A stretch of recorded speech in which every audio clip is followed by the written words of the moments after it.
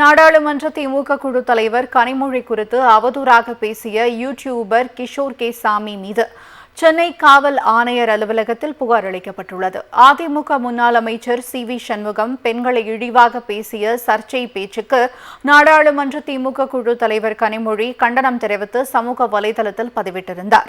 இந்த பதிவை கொச்சைப்படுத்தி பதிவிட்ட யூடியூபர் கிஷோர் கே சாமி மீது நடவடிக்கை எடுக்க கோரி சென்னை காவல் ஆணையர் அலுவலகத்தில் சென்னை மேற்கு மாவட்ட திமுக வழக்கறிஞர் அணி தலைவர் ஷியாமலா புகார் அளித்துள்ளார்.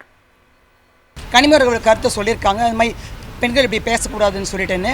அதற்கு கிஷோர் கே சுவாமிக்கு சம்பந்தமே இல்லை. அவர் தேவையில்லாமல் தன்னுடைய பெருமையை சேர்த்துக்கணுன்றதுக்காக ஒரு கருத்தை ட்விட்டரில் போட்டிருக்காரு. அதுக்காக நாங்கள் அப்ஜெக்ஷன் தெரிவிச்சுக்கோ. ரொம்ப மோசமாக புகார் கொடுத்துருக்கோம். அவங்க சைபர் கிரைம் ஃபார்வர்ட் பண்ணியிருக்காங்க.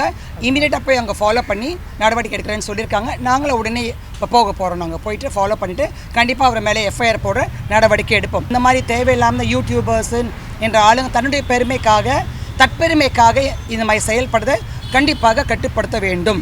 நாடாளுமன்ற திமுக குழு தலைவர் கனிமொழி குறித்து அவதூறாக பேசிய யூடியூபர் கிஷோர் கே சாமி மீது சென்னை காவல் ஆணையர் அலுவலகத்தில் புகார் அளிக்கப்பட்டுள்ளது. அதிமுக முன்னாள் அமைச்சர் சி.வி. சண்முகம் பெண்களை இழிவாக பேசிய சர்ச்சை பேச்சுக்கு நாடாளுமன்ற திமுக குழு தலைவர் கனிமொழி கண்டனம் தெரிவித்து சமூக வலைதளத்தில் பதிவிட்டிருந்தார்.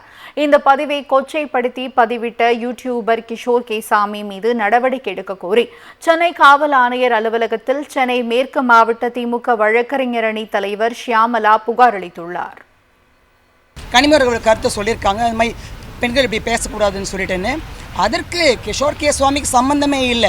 அவர் தேவையில்லாமல் தன்னுடைய பெருமையை சேர்த்துக்கணுன்றதுக்காக ஒரு கருத்தை ட்விட்டரில் போட்டிருக்காரு.